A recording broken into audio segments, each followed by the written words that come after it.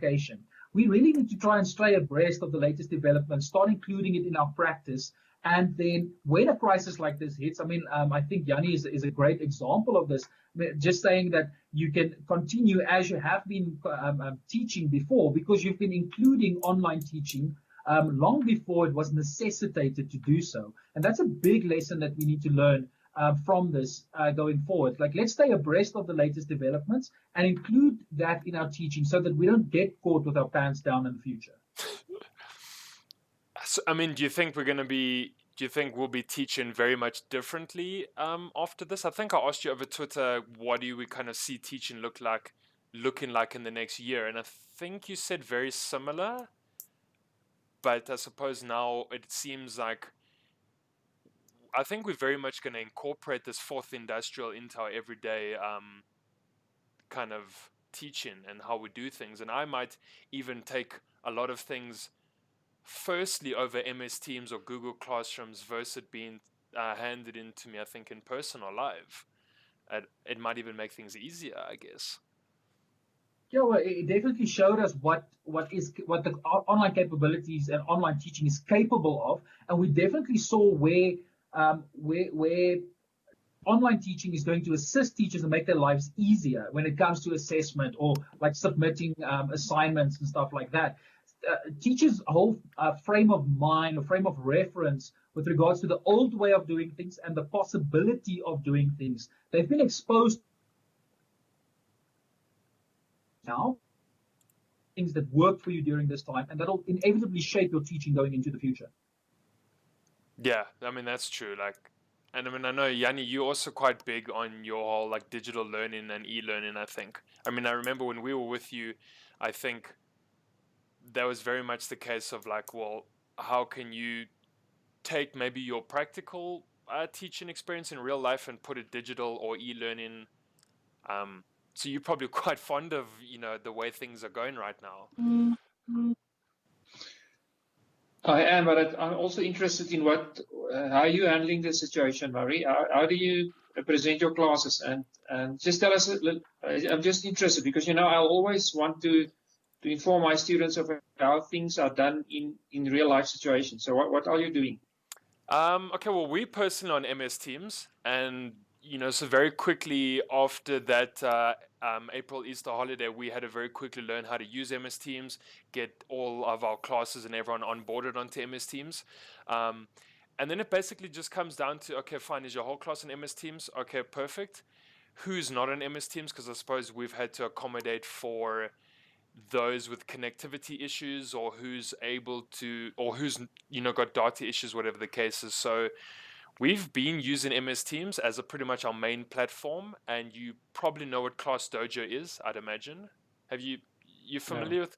Really, so Class Dojo is pretty much almost like a WhatsApp type of application where all your parents are loaded onto Class Dojo, and you can chat to them almost in a messenger type of app. I have all 30 of my kids on Class Dojo, and I tell them, I can almost send a group message, so to speak. Hey guys, well, this activity is due for this day, and this is going to be our school outing. So we've very much been quick off the mark to do Class Dojo, to keep parents involved with, WhatsApp, SMSs. Geez, I think we've pretty much tried to do everything we can to get the same quality of schooling out that the kids are used to, or at least the parents are used to, without much of an interference. So I think we've been lucky on that front, because I think a lot of So are you teaching which subjects do you teach? I'm taking natural sciences with technology, so your whole NST subjects. I see. Yeah, and like I said, so that's over MS Teams, and it has a lot of functionality, which is awesome. So we can upload files, you can upload videos, you can do live calls, exactly like this on Skype. You can do live calls, you can record those live calls. So there's the benefit of kids being able to go back to those recordings and see what you have done. Plus, like I said, you can put your files up there, so PDFs, Words, whatever. Yeah, I think I don't know, Francois, you might be very familiar with MS Teams and how people have been doing it these days, but I think a lot of your tweets I've seen on Google Classroom as well. So I guess we're just trying our best to use whatever platforms are available. I think Zoom calls as well. Yeah, so what I've seen many teachers do, the schools would recommend, or one of the leading teachers in the school would recommend a platform. And I really don't think it matters which platform you use, whether it's MS Teams, whether you're using Google Classroom, Seesaw, whatever the operating system is you use, all of the functionalities are basically the same. What's more important is how teachers are using the different platforms to teach. And I'm listening to some of the examples you're mentioning, and it sounds like there's a good balance between synchronous teaching and asynchronous teaching. And that's something that teachers don't understand generally. It's like we're so used to having the kids in our classroom and in front of us, and we're teaching in real time to them. And now suddenly our kids aren't in front of us. We don't see them live, because even if you're arranging a live meeting with the kids or a live lecture or whatever, not all of them are there. So you have to kind of repeat what you said when you do one-on-one coaching with that one, or you just send them the recording of the lecture or something like that, which is a great benefit. That's the synchronous part. While you're learning, everybody's learning in sync, learning together. But the asynchronous teaching is something that a lot of teachers had to get used to. Preparing lessons beforehand and having resources available like videos, having worksheets available or information, constructing their assessments now suddenly it's so foreign to the majority of teachers. And I think that was one of the major challenges for teachers in this time. I think it's come down to you had to be more prepared, because you guys could easily step into a classroom today and you guys could talk about photosynthesis, respiration, chemical reactions, algebra, fractions, whatever the case is. I'm sure you guys could comfortably walk into a class and give that lesson right now. But what I've found with online teaching, and what all my colleagues and I think a lot of teachers have found with online teaching, is that you have to be very prepared. So your content has to be there, because now you need to be sharing Word documents, PDF documents, maybe even pre-record any of your lessons. So I almost think we've had to be a lot more prepared to do this online stint of teaching than versus we could kind of walk into class, oh, I'm doing this today, I can teach. And I don't want to say this, but maybe you could be a little less prepared, if that makes sense. Yes, I agree with you. And I've been thinking about that, because learners, as it is, they are really, it's very difficult to get and keep their attention. So for you to be able to keep their attention, you had, and that's what I always share with my students. You have to have a lot of different or a variation of activities ready to stay one step ahead of boredom. So I think the online teaching thing has just intensified that. Yeah, no, that's actually extremely true. But I don't know, because it's tough, because like, how do we stop kids from just YouTubing in the middle of your lesson or Googling all sorts of rubbish in the middle of your lesson? Because now they're online with their devices, right? So I suppose if you are still, I don't know, I guess not presenting something of interest, or they just aren't someone who's generally interested in maths or science or English, they're probably going to very easily open up Pinterest or open up Instagram. I guess that's inevitable. You can't really stop them. I'm wondering why is that so wrong? I mean, if you just look at the type of generation that we are in, if I'm watching Netflix, I probably have my second screen open on Twitter. It happens all the time. If I'm while we're on the call here, I've got my second screen open on Google, and I see my emails on my right hand side. I mean, it's not that I think it's good to multitask necessarily, but I don't think there's much wrong. I think we're demonizing social media, we're demonizing extra devices and kids not paying attention. The onus comes back to the teacher, that if the child is not paying attention, it's a reflection on my teaching. I need to find out from these kids what are they interested in, and as I incorporate that into my lessons, that would compel them to focus, to remain part of the lesson. I want to come back to one of the points you mentioned earlier. There's this major complacency before COVID-19. I think they'll probably be going forward as well. But if you're a competent teacher and you know your subject knowledge, as you said, I can walk into a class and teach about photosynthesis with my eyes closed. But that's like one superficial element of teaching. If you get so complacent that you just rock up in class and teach unprepared, that's a very, very negative sign, because the kids in your class change every single day, every single year. You have to bring contextual information, contextual knowledge, contextual skills on a very diverse, varied way in which you're presented. And that's the way in which you're going to keep their attention. That's actually very true. I mean, and I almost feel like maybe that happens later in your career if you just maybe get tired or you get over it or you've been frustrated. But I suppose that's even more worrying to see if, you know, your fourth year or fifth year teacher is going into class and kind of having that type of attitude as well. Because like you said, maybe that is a little worrying and shows maybe more complacency than anything. I mean, yeah, I want to share the story with you if you don't mind. Of course I do quite a lot of professional development with teachers, and at one of these big private schools, I'm not going to mention their name, but at one of their conferences, and I love what they did. They appointed a very young teacher, like 4 years of experience, to do a professional development session with other, I think it was mathematics teachers, and probably 60 other mathematics teachers in the classroom. Now imagine trying to teach your peers about teaching. You're a fourth year teacher, and you're sharing with them your practice. And after the session, during lunchtime, I sat at one table, and after I've had some lunch there, I went to have my dessert at another table. And I was listening to this one teacher. She had 10 years of experience, and she was just going off about how dare they try and teach me or put a four-year teacher in front of the class. What does she know? She can't teach me anything. That was at the one table. At the other table, I sat with a very experienced teacher. She was probably 62, 63 years old, very close to retirement, or actually over retirement. And she couldn't stop talking about how amazing the session was. She learned so much and can't wait to implement that in class.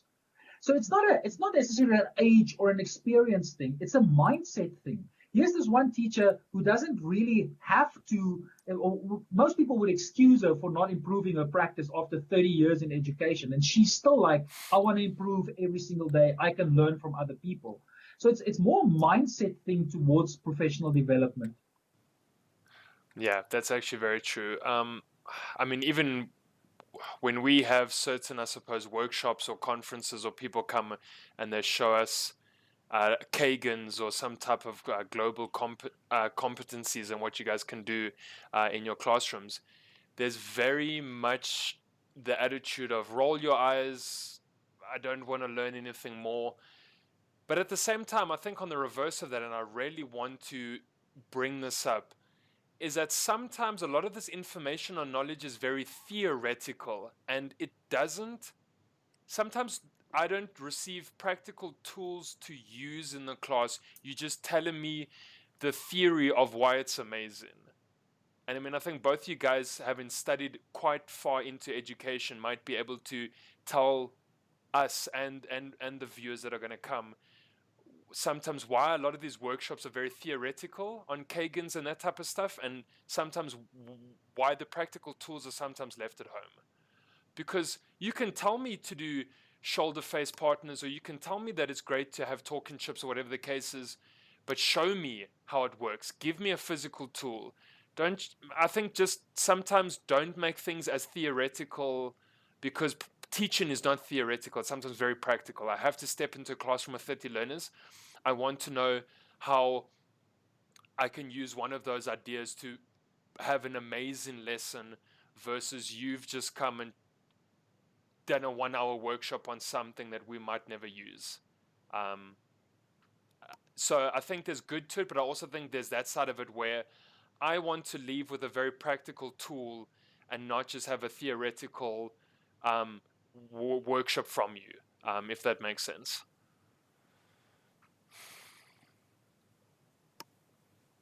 Yes, and I think I agree with you, because it's also my experience that when I was a teacher, presenters would simply show up and do the content dumping thing, which I think is a rather limited and a brutal kind of sharing your knowledge, because teaching, as you've said, it's not about the theory, it's about doing in action, like knowing in action what to do next. But knowing that, you'll find that when you present, Francois, you can also tell me what your experience is. When you tell teachers what you want to demonstrate to them, or you want them to participate and see things in another way, or do things in another way, then I've often found them to be resistant to that. They just want to do the training and go home. They don't want to change their minds or change their attitudes or their behavior. Yeah, I agree with you. That's quite a big part of, or segment of teachers don't really believe in professional development. I think it comes back to this mindset thing. Like, I've got my 4-year degree, now what? Many teachers have got honors degrees. Like, what are you going to teach me? The humility has gone away, and I think that's what I wanted to stress with that little story that I told. Is like, if we have the humility of knowing that I can always learn, I need to keep on improving myself. Once that mindset has been set, then it makes it a little bit easier to get people to participate. But in general, at professional development workshops, teachers are often forced to attend because it's something that the department arranged and it's compulsory, or the principal has paid for it and they need bodies to go and represent. So you're not getting the people there that actually want the professional development. And that's what if you're a school leader, you need to go and identify those teachers that are hungry for professional development, that want to improve, and then send them on these courses. And then the other thing that I can say, what I've seen in the last 2 months with the online professional development workshops that I've been presenting, is that the teachers who sign up, because at the end of the day, they pay for it out of their own pocket. So you're not going to pay for something and not be enthusiastic when you get there or willing to learn. But then also they really want to learn and upskill themselves. You just asked a very interesting question, Murray.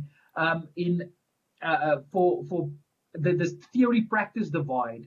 I know a lot of academics specifically to speak about the theory because that's where they come from. It's the research that they're embedded in, and then sometimes it's these ivory towers that we speak about, and people aren't connected to teachers on the ground.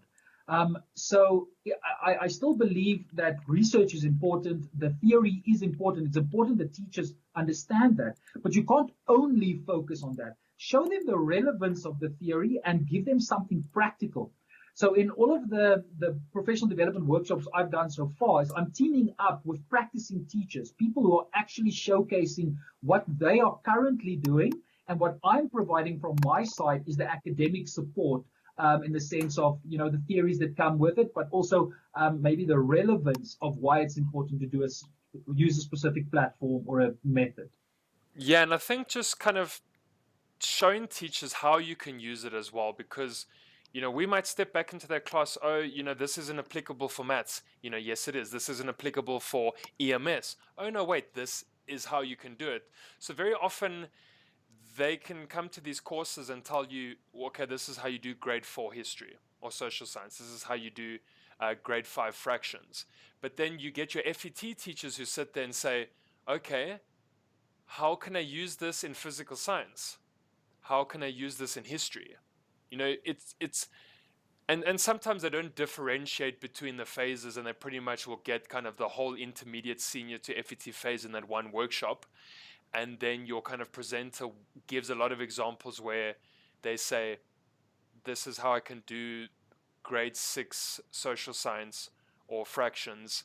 And then you're the grade 10 science teacher and you kind of don't feel your relevance, I suppose, so to speak. So definitely those things are important. There's a lot of challenges when it comes to these type of professional development workshops, and I've got a lot of empathy for the people who present this, because if you sit with an audience of FET to foundation phase teachers in front of you, I mean, how do you cover methodologies that is really specific to all of those? Yeah. But what we shouldn't forget is that teachers are professionals. We've got degrees. We can study. We are professionals. So if I show a methodology for a grade 1 life skills class, you as the professional, as the teacher, as an artist, should be able to know, hey, that's something I can adapt to use in my grade 11 life sciences class, for instance. So we shouldn't be spoon feeding teachers at all. Actually, we should show them examples. We should learn from each other, and then allow us the freedom to incorporate and apply the skills like we want to.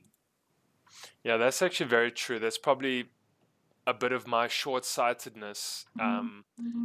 Yeah, like you're saying, like I could take what they have said, and I should be able to implement it or incorporate it into my lessons because they've given me, I guess, that foundation, so to speak. You're right. But that's exactly how we're teaching our children. We're teaching our kids in exactly the same way. We're spoon feeding them and not expecting of them to apply things in their own context. So that just spills on over to the teachers as well. And then Jannie, what type of first year students do you get after all this nonsense? Are you still finding 19-year-olds that are very much not capable, or are they quite strong at that point? Murray, at this stage, I only get to see them at second year level for a content module in natural science. And then when I actually get them in their third years, then they're quite capable of handling the tertiary system. So I can't complain about that. And what I try to do is I try to create a social constructivist environment where people get feedback and you build upon other people's experiences and their opinions. So I try to facilitate a discussion of students where they dig into whatever they've learned at school level and while attending practical teaching at schools, and then get to a kind of reality that would be applicable to them.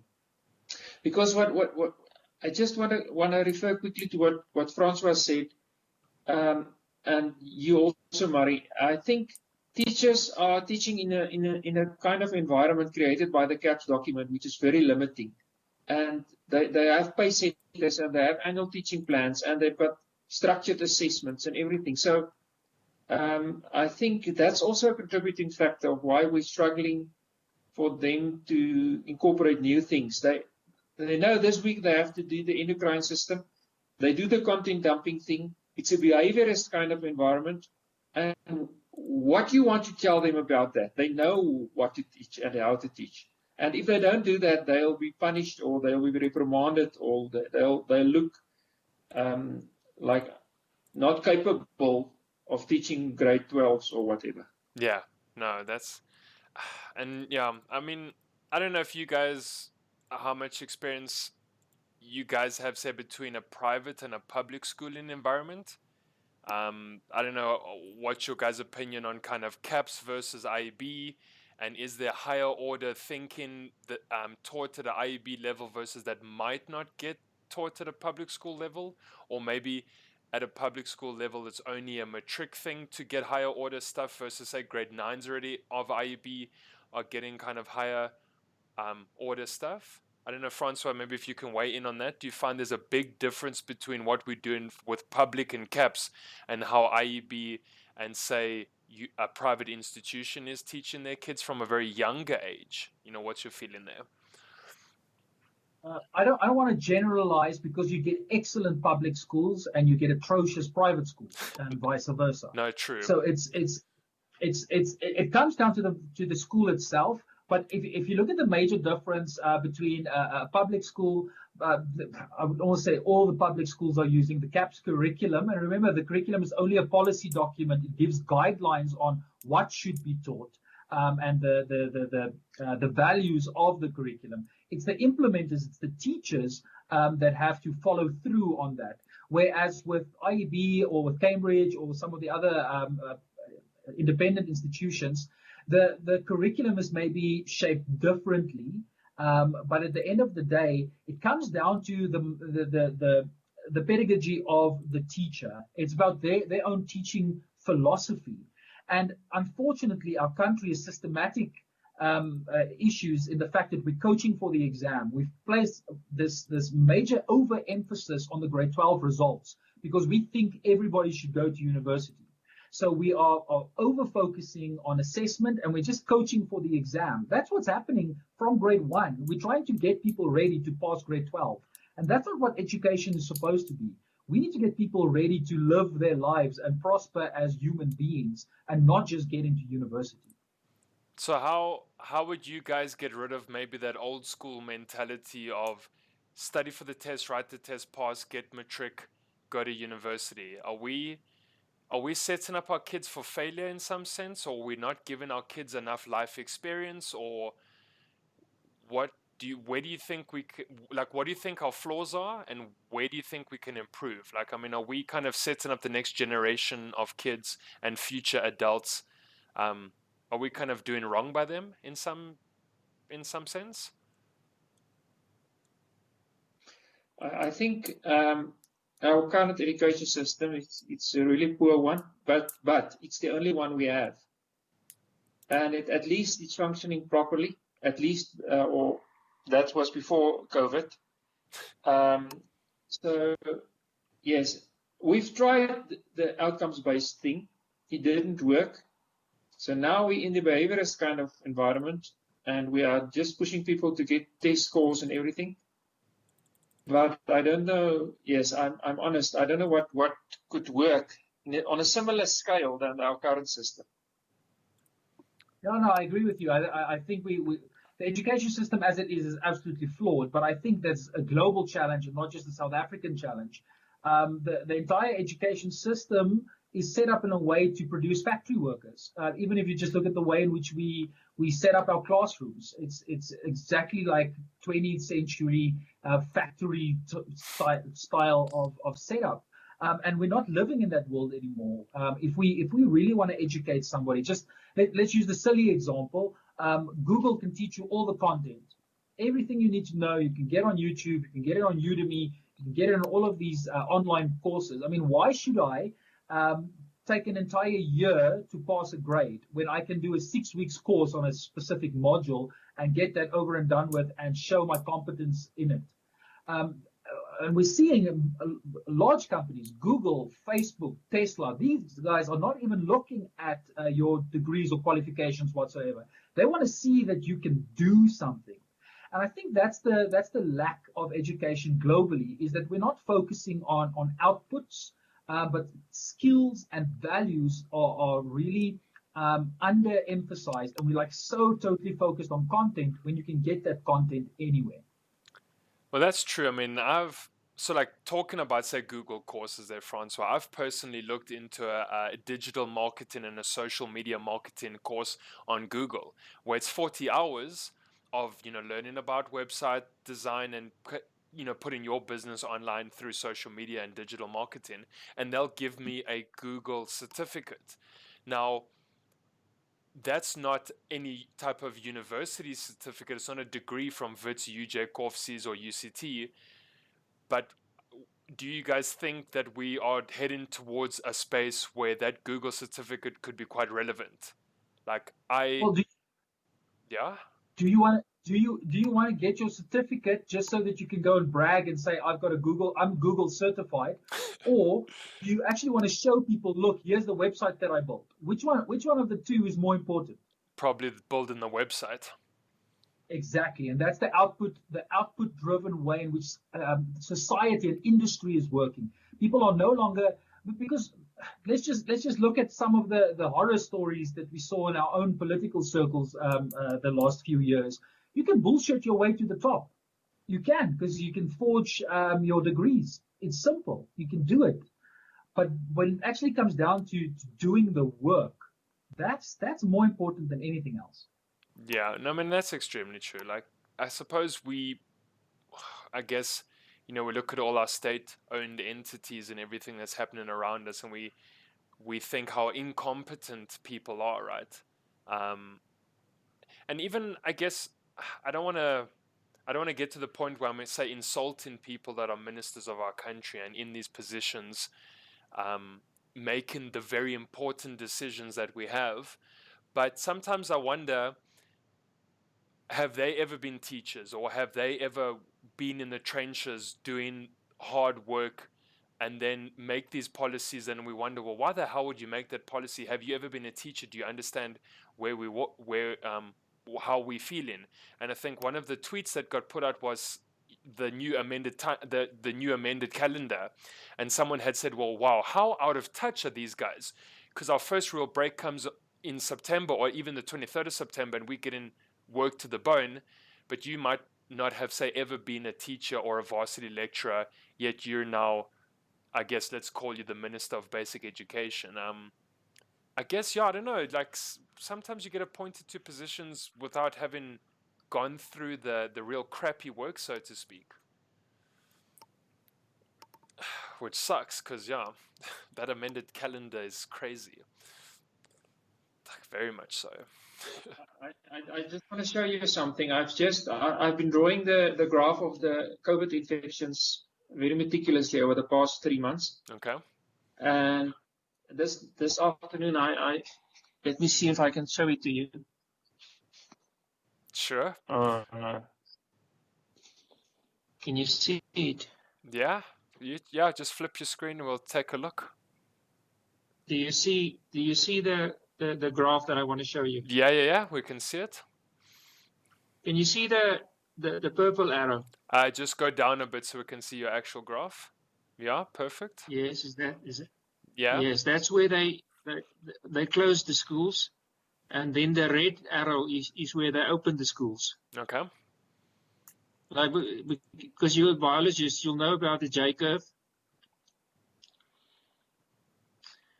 They've opened the schools just in the midst of the biggest infection storm.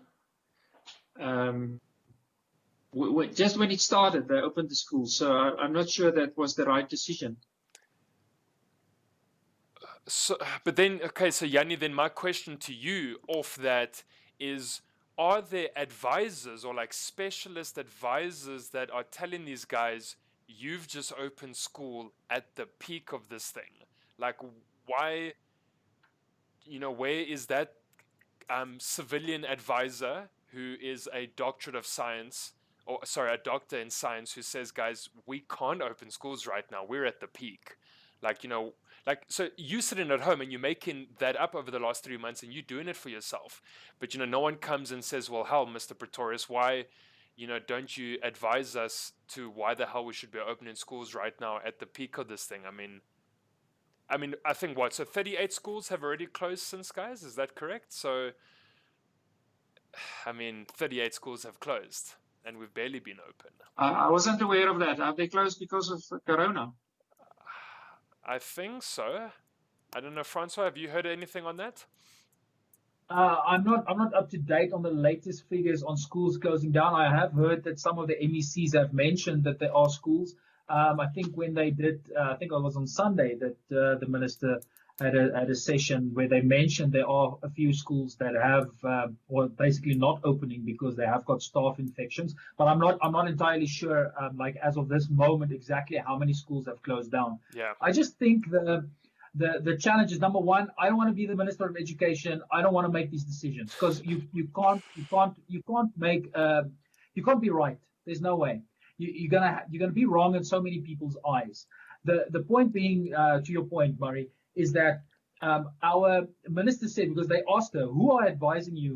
Who's giving us the advice that schools should open or not? And she basically said, we're taking our advice from the National Command Council on Coronavirus, so led by the Department of Health. So our Minister of Health is leading that. And they're taking the information from the World Health Organization and other experts in the field. So it's not like they're not consulting. I think the problem is that this is unprecedented. We don't know what the effect would be. Our population at the moment is the largest it's ever been. If you look at global population, it's the largest that the human species has ever been. So we've got no idea what the ramifications of this virus and the infection of it will be. The point being, and to Jannie's point, we're seeing that as you get into that highly accelerated part of the J curve, logic would dictate that by sending the kids back to school, you're increasing the risk of people being infected. But now the question now remains, and we're looking at some other research being done. Children under 9 don't really contract it as easily, and they don't infect others as easily as it would be for adults. So now the question would be, why start with grade 7 and grade 12 when you then just could have started with foundation phase? You can't be right. If you're the Minister of Education, you need to make a decision now. There's no way that you can be right whatsoever, because you're going to be proven wrong down the line anyway. The point being, you need to make a decision, and they at least did that. I mean, that's true. No, you're 100%. They did make a decision, and like you said, I don't think any of us would want to be in that position, because it's a very hectic position. You have to try open easily 10,000 schools around the country, probably a lot more than that. And you have to reassure parents that your kids can go back to school. You have to reassure staff that they can go back to school and not feel sick. You have to put out the PPE that each one of the schools has to have so that they can open and feel safe to do so. So yeah, I think none of us would want to be in that position to say, yeah, go ahead, it's safe, grade 7s and matrics are going to go back, you can do it. Yeah, we're in a very crazy time right now, and it's very kind of, I think, situational, and this year would have been a very normal year without COVID, so it is hectic. I know Francois was talking to off air. I was speaking to you about this off air, about that teacher and what she had said, and I know, Jannie, this is something I still remember 6 years or 7 years later after being with you, is that thoughtless moment that we say. And I don't know, Jannie, if you had read the news and seen this, that Kyalami teacher who has been suspended now because of what she said online. I don't know, it's so easy for us to say stupid stuff, and the timing for her was so bad when you look at the George Floyd situation in America. Why you had to say something that ridiculous on a live call with your learners is beyond me. Jannie, if you have heard of the story or know what I'm talking about. Yes, yeah. I know what you're talking about, and that's what's so daunting about education, because I often got the impression while I was teaching that chaos would be just one moment away, because you'll say something or do something, even in a subconscious way, and then learners will take it wrongly, and you'll be in this principal's office the next day with angry parents challenging you and whatever. So that's the moment where that's what I've talked about a few minutes ago, about knowing in action, know what to do next, and that's what we have to train amongst the teachers. They must be very conscious about what they say and what they do. And yeah. But I think sometimes very much when we are teachers and we're standing in class, it's very easy to have a nice light-hearted conversation between our learners, and there's almost, I don't want to use the word banter here, but you get my point. There's a little bit of back and forth, and maybe the 40-minute lesson is over, and maybe we're just having a little bit of a chat session now. That is nice, I think. And I think we teachers, because we have almost an extroverted personality where we like to get energy from class and we get energy from our learners. But it's so easy to say the wrong thing to the wrong person and it's done. And I mean, I think this woman has been suspended. I think that principal got removed as well. And well, look, it's very difficult because we don't know the context whatsoever. But there's a line of where context matters, and then there's a case like this that if it's true that she said that if you don't submit the assignment or something like that, you're gonna kneel on your neck. Yeah. I mean, in the current international global climate, you can't be saying things like that. That's way to the extreme. True. And also shows something. I don't know this teacher whatsoever, so I like 9 out of 10 times I take the side of the teacher because I understand the anxiety and the stresses that comes with teaching.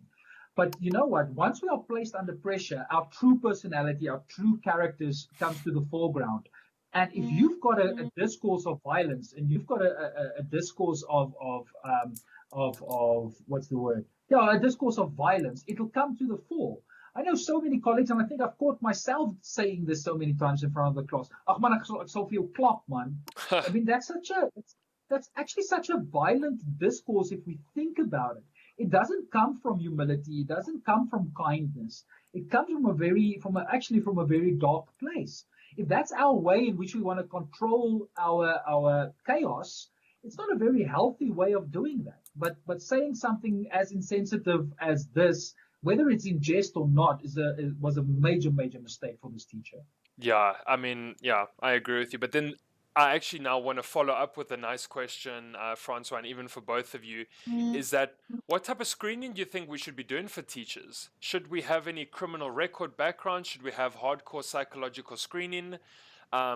Because, and this is something I actually discussed today with my colleagues, is that we have no idea who we are putting in front of classrooms, and we don't know what type of history you have. So what do you guys think? Should we be taking even stricter measures towards screening criminal record backgrounds? Should you maybe once a year even have a criminal record check? Should we be having like just crazy screening procedures for education, since, you know, we're dealing with the youth of tomorrow every single day?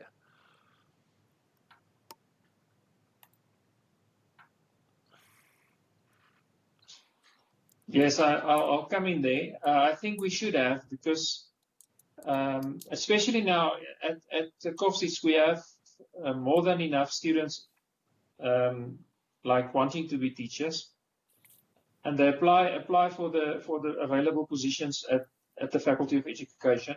So I think at the moment maybe only an academic criteria we decide on that, but I do believe it could be very fruitful to include some hardcore psychological tests and stuff. So we get like, then we can also get a more innovative teacher in front of a classroom after we're done training them. I think it's not necessarily a matter of screening, Murray. If we just look, SACE has now implemented the police clearance, that you need to have a police clearance before you can get your SACE accreditation. And there's a lot of challenges around that. I know of teachers who can't get their police clearance because they owe somebody, I think, 50 Rand, or they stole like 50 Rand or something like that. And then you get teachers who have committed murders that's still in the classroom. I mean, who's going to be the judge and jury on that, and saying that, you know what, this one person made a blunder in their life versus this person is an active threat to the children in the classroom? And that's not a decision that I would like to make. But I think it comes back to the selection criteria of universities. If we look at a study that's been released, the Teaching and Learning International Survey was released 2017, I think, or 2018, I can't remember. They asked South African teachers, they asked them, was teaching your first choice? Was it your first choice of career? And from that sample, only 50% said teaching was my first choice. And I think that is a major challenge for us. Teaching isn't a profession that's seen as this glamorous profession. People don't generally want to teach. They typically end up in teaching. And that's very problematic.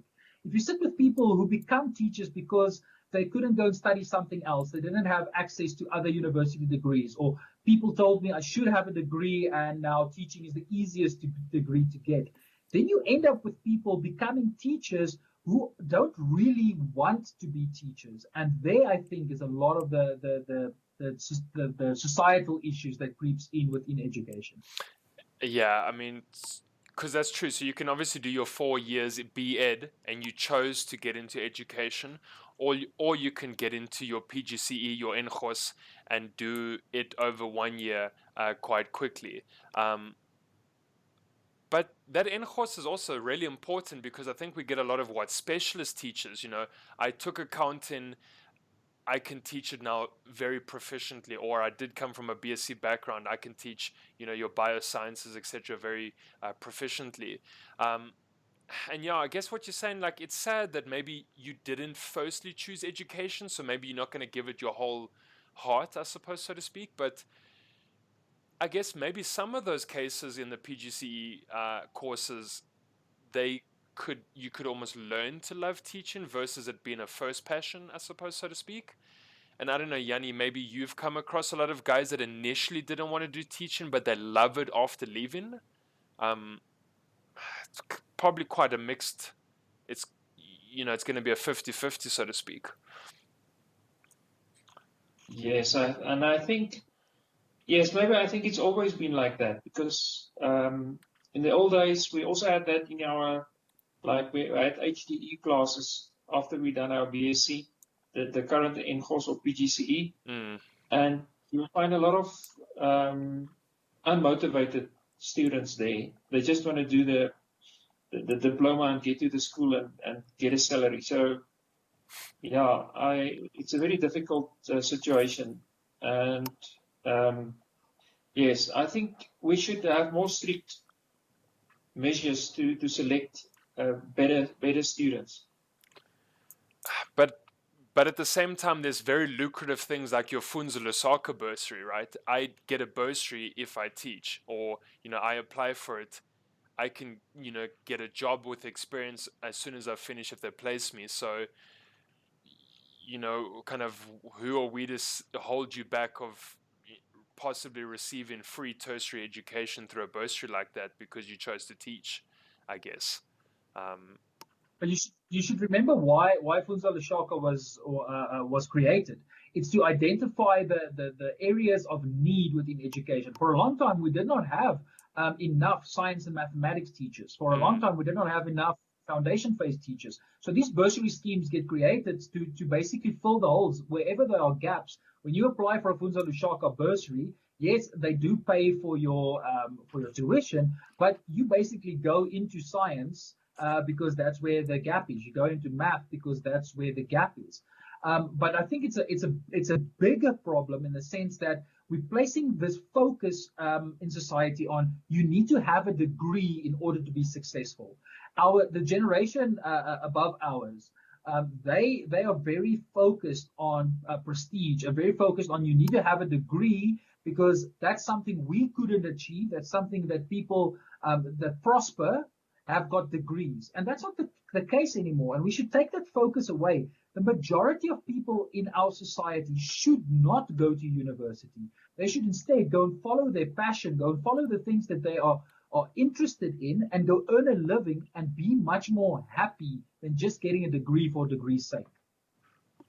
I think going back to what you had said about the Google Classrooms and that type of, it almost sounds like picking up a piece of paper that makes you qualified to do a job. That seems to be very important still in society. So, I'm not going to get hired anywhere if I firstly don't have my PGCE with a SACE certificate, or you can't work at PwC, Ernst & Young, and those places if you have not received a BCom, I suppose, accounting. So I guess maybe one of those situations where it's easier said than done, because you, I think, often can't work anywhere if you're not holding that qualification, though. And I don't know if you see that changing kind of anytime soon, though.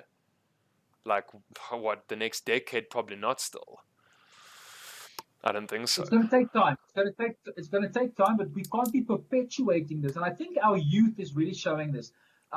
Students in general, I think, are realizing, you know what, now I'm getting a degree, maybe not in teaching. Let's say you get a degree, a BCom, or especially if you're going to do a BCom in marketing or something like that. When you step out with your degree, it doesn't give you an advantage above somebody that doesn't have a degree but can actually operate. And as soon as the youth starts realizing that, you know what, this degree of mine isn't giving me the leg up that I was promised, then that's going to be perpetuated into their children, and they're going to say, you know what, you don't need to go to university. So I'm saying probably 2 or 3 generations from now, the education landscape will look much different. I wanna get your guys' opinions on something quickly, because this is something that's also been brought up a lot, and I can hear the firstly frustration, but also the relevance it has in my colleagues who've done it and those who have not done it. What do you guys think about first-year teachers and almost doing a ComServe year at a public school versus your first job's a private school, and you never know what it is like to work through a public school system. So our first year teachers for 1 or 2 years almost do their ComServe year like your doctors and etc. do, where they have to go work in a public school, maybe just get that experience of what that is like versus your very first job is an independent school of only 20 in the classroom. Do you guys see any relevance in that? Do you see maybe any usefulness in that type of making our first year teachers do something like that? What's your guys' feelings there? So do you think that they should first go on a ComServe year and then start their studies, Murray? Is that what you mean?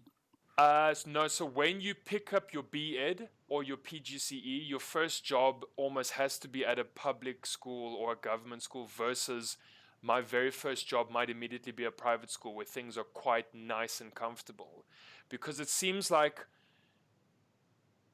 people can go work first years at private schools and independent schools and have a very cushy time, and then they can still complain about not having X, Y, or Z, and you can come from a public school background and know what like almost true hardship is, I guess, so to speak. So it's almost like if our first year teachers, they had a Zuma year or they get a ComServe year to really kind of learn and adapt and get experience over my first job is at an independent school. Yeah. So almost if teachers had to do a ComServe year like your doctors do, or your dentists do, or your occupational therapists have to do, where they get to go work in public hospitals. I don't know, is that something you feel is fair? Should we do it? Should we not do it?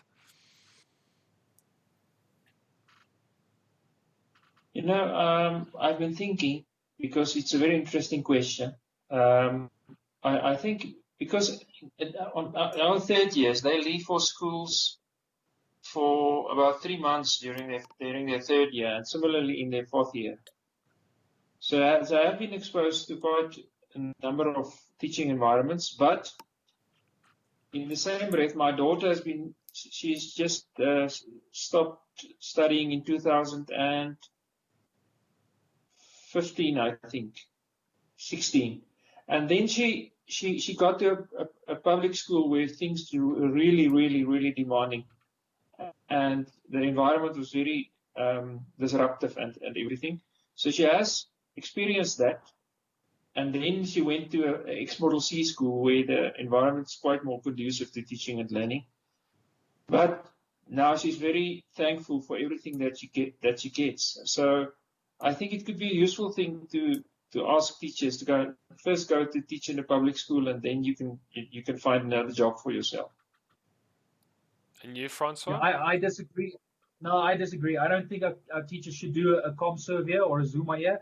I do think, though, that our initial teacher education, because currently we've got the work integrated learning component of your teaching, and this is what Jannie referred to, the 3 months that you teach in your third year or 3 months that you teach in your fourth year. What the policy says is if you're a student teacher, you have to have a minimum of 22 weeks of a work integrated learning experience. So that takes the shape of doing school prac at a school, community service, or community service, service learning, and so forth. So you need to be mentored as a student teacher. And I'm very, very passionate about this. I've actually created an online platform called Will Tracker, wiltracker.com, which is an online platform where student teachers and mentor teachers can meet up and assist each other. Because I think that's the problem. Even if you were to take a Zuma year or a ComServe year and go and teach in a public school versus a private school, there's no guarantee that you're going to be inducted properly. There's no guarantee that you're going to be mentored properly. So if we can use our 4 years of initial teacher education, and we can streamline and support our mentor teachers and our student teacher interaction, that's going to be a lot more beneficial than if once you have your degree, I'm saying let's open it up to the free market. Let people go and teach where they get accepted. I wouldn't want to interfere in that. It's like expecting an accountant to go and work for a governmental institution before they can go and work in the private sector. I'm not a fan of that whatsoever, and I'd much rather let the free market take its reign there. But then, can I ask, why do we expect it from our doctors and our occupational therapists, though? Exactly. I don't agree with that either. Because, as soon as you graduate, after a long 7 years, right, of becoming a doctor and cutting open cadavers, etc., they send you all the way out into the lullies to some very much underfunded hospital where you might be a doctor that's got to spend 24, 36 hours on shift. And that you have to do, I think, for a full 2 years before then you can go kind of look for work elsewhere. But remember, that's not the only case. There are also doctors who go and do their Zuma here at very prestigious institutions. So it's not that they have to go and do it at a public institution, which is fine. But I still don't like that idea. I'd much rather that while the student is getting qualified, give them the best possible mentorship, and then secondly, expose them to the different kinds of environments. And that's currently what the policy is saying. Your student teachers, when they go out on their work integrated learning, should get a wide variety of going to a township school, a rural school, an inner city school, X-Model C school, an LSEN school. But in practice, this isn't currently what's happening. And that's why I've started World Tracker. Okay, so you think it comes down to rather the mentorship that you receive versus where you are sent. Yeah. So it can be, maybe if I just use the Bloemfontein examples here, it can be a Heidedal, it can be a Unisi, or it can be a Grey, or even I think it's JBM Herzog. It doesn't matter in which one of those schools you attend, as long as the mentorship you receive at that school is sound and proper, and someone really, I guess, sets you on your way, so to speak. Yeah, I do like a rotationary based internship program more than the more contact initial teacher education. So internships of teachers, I think, is going to be a bigger practice going forward. Okay, so, and I mean, I know already teachers do internships at certain schools now, and that, that comes with maybe any type of internship where you might, I don't know how it really works. Are you given crappy work? Are you paid an internship type of salary? And then do you feel it's viable for you? I haven't personal experience once, so I can't say. But just to close off, our private versus public schooling during COVID. So private school learners might have had a great advantage because of being able to pick up work online. Do you guys think this is fair? And then what has government really put in place for learners from rural areas to help them access work? And then it's not really their fault if they're not as privileged as someone who's attending a private school. So I guess, are we going to get like 20% of the country going forward quite well prepared, and we're going to get 80% of the country who's going to be very much lagging and behind? What is the next year and a half or even 2 years looking for in South Africa when you think many people have been on MS Teams and a lot of people just have received nothing for 9 weeks? And it's just not even due to their fault. It's just circumstances.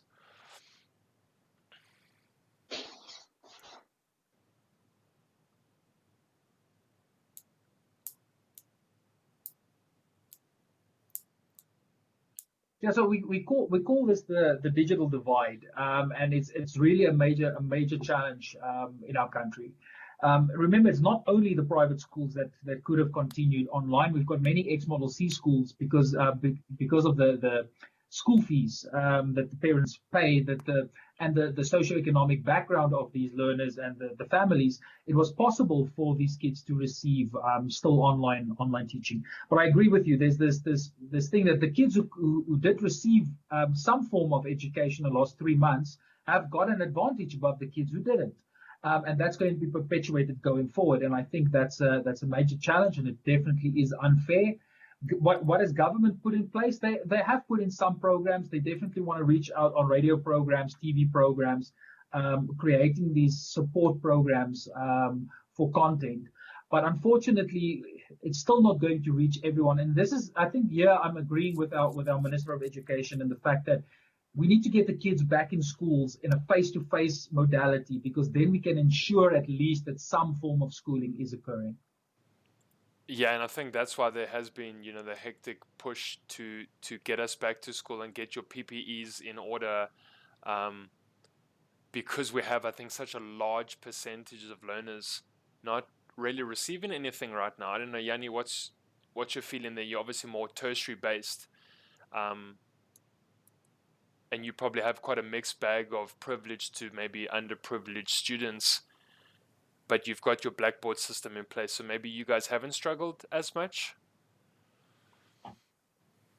No, what the university has been doing, they really put a great effort into ensuring that every student, no student is left behind, because they've been identifying students and assisting them in getting the data. And I think they are like handing out 3,500 laptops to students that are struggling.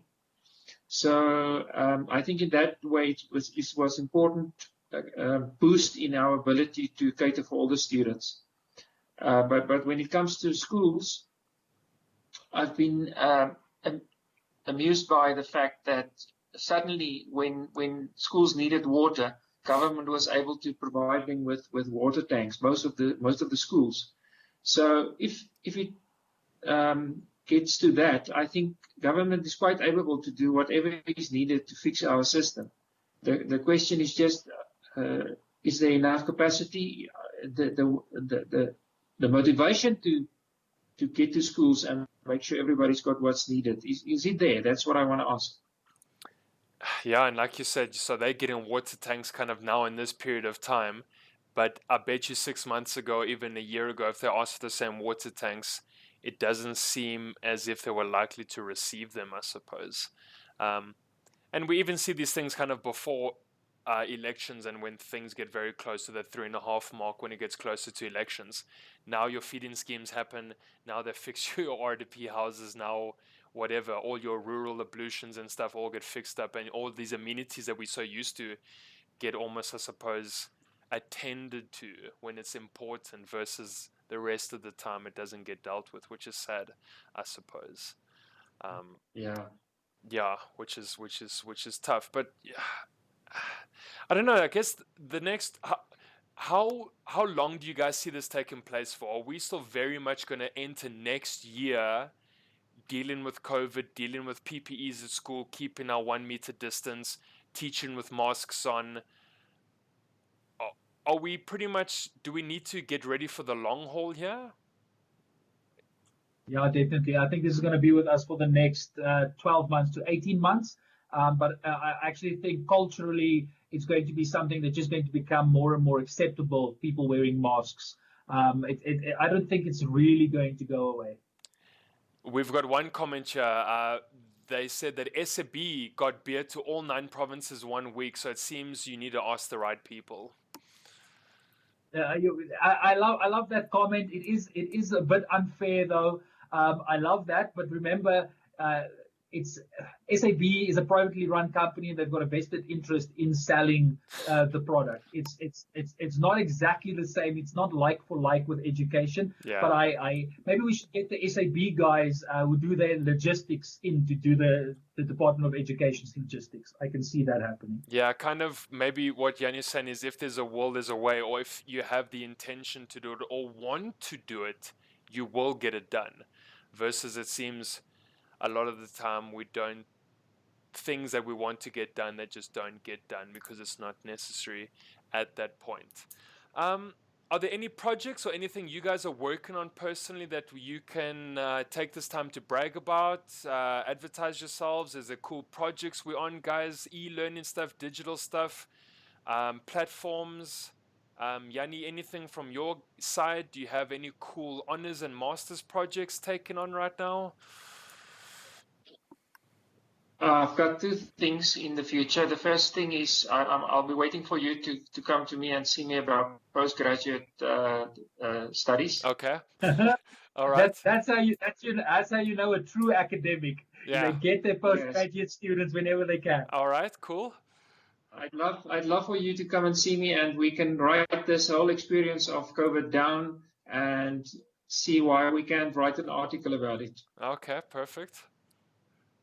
And then the other thing which I'm quite proud about is me and two other colleagues at the university, we've written an article about the use of humor in science teaching. Okay. So what I did was I presented a lecture to the students in which I've tried to be humorous and funny. I don't want to use the word funny because it can mean other things as well. Yeah. But then we recorded how many times they've laughed, and we did a survey of what they've learned from that and whether they would use humor in their science classrooms. And then it was accepted by the European Journal of Humor Research.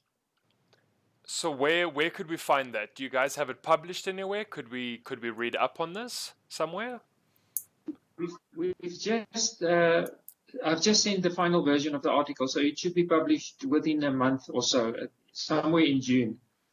Okay, well, definitely keep us, I think, posted on that, because, I'm working in my science department and I know I want to share that with my colleagues. And, your guys' research now is going to enable us to possibly, use jokes or humor in our classrooms, and how can we engage with our learners on a different level. So I think that sounds super interesting. And you, Francois, projects, anything happening on the go right now? First of all, I just want to say, Jannie, that's an amazing topic for an academic paper. I can't wait to read that one as soon as it's released. That's so in my ballpark. I love the fact that you guys researched that. That's amazing. But Murray, I'm not going to plug too much of me. I've already plugged worldtracker.com, so I'm not going to say much more about that. But what I have done, I've created a WhatsApp service for teachers. So if a teacher needs support, if you have a question, if you need need to vent, send me a voice note or something like that, you're more than welcome. I'm going to give you the WhatsApp number. It's +27 63 681 6410. Just going to repeat that. It's +27 63 681. Wait. I just want to find a piece of paper, Francois. +27. No worries. Okay, I'm going to say again. It's +27. Yes. 63 681 6410. 6410. So it's a WhatsApp service. It's not a WhatsApp group, because nobody needs more WhatsApp groups in their lives. No. It's a direct service. If you have any challenges in education whatsoever, that comes through directly to me. And as soon as I get the opportunity to respond to teachers, I absolutely do that. And it's a free service. You never need to pay for anything there. It's just my way of trying to assist teachers with individual challenges. Now, Francois, I wish you got to see what I saw, and maybe you're looking at the Skype chat. But I think as you were, putting that number down, Jannie's looking around frantically. I need this number. I got to take it down. Where can I get it?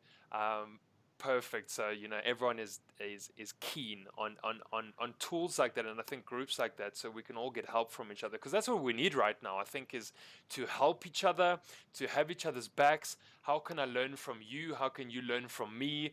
We need to share ideas. We need to, I think, just better ourselves and try better each other, so that we can put out the best work we can, so that we can help the kids and even students in front of us, because that's essentially why we teach. We're passionate. We want to do this. We want to better those that are in front of us. So I think that type of service is fantastic. I think I'm going to take the number down myself and share it with my colleagues, and then if they are in trouble, in despair, need some type of advice, I think they should definitely get hold of you. That sounds fantastic. We need that type of services. Is there anything else like that running, Francois? Are you pretty much the only one doing that right now? Do you know of other platforms that even offer that type of service? Not text-wise, not like this WhatsApp service of mine is quite unique, I think, in education in general. It's just an outflow of my passion for teachers. I mean, it's quite cumbersome. It takes a lot of time. I mean, it'll probably grow to such a place that it's unsustainable for me. Then I'll have to get a team to assist. But it's small enough. While I can do it, I'm doing it. So there isn't any other text-based services like that. But I'm dealing with a lot of other people who are as passionate as I am, and even more passionate as I am about education. and we're forming collaborations right across the board to assist teachers, because I agree with you. We need to start collaborating more, and not just talk about collaborating, but like collaborating and forming solutions within education together. Yeah, no, I mean, I think that's very important. So, Jannie, we are waiting for your article on humor in science. I think that's extremely important. And yeah, I think, Francois, we're going to share that number around kind of as many groups as we have, and to as many colleagues as we have, principals, deputies, administrative staff. You know, I think you probably are quite open to take in whoever in education is willing to pick your brain. But guys, thank you so much for coming on. I appreciate both of you coming on. I think it's been super informative what we've discussed, where we've chatted about education or COVID. You know, it's been definitely a roller coaster ride for all of us in whatever kind of aspect of education you are in. So I do thank both of you so much for joining me this evening. It's been very insightful. Thanks, Murray. It was great being on your show, man. Yes, really an honor for me, Murray, and very nice to connect with you again. Yeah, thank you guys so much. I hope you both enjoy the rest of the evening. Have a great weekend. I think it's going to be a cold one, especially I think, Jannie, you live in Bloemfontein, so very cold. Yeah.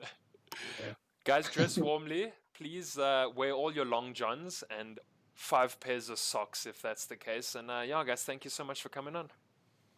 Thanks, Murray. Go well. Cool. Thanks, Jannie. Bye-bye. Cheers, guys. Thank Bye-bye. you so